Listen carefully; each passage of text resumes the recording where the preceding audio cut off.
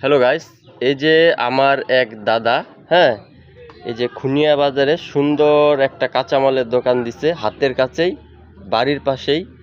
আপনারা যার যেটা প্রয়োজন চলে আসবেন, একবারে যতটুকু কম নেওয়ার দরকার দাদা কম নেবে। দাদা বলেন, কিছু বলেন আপনি কাস্টমারের জন্য।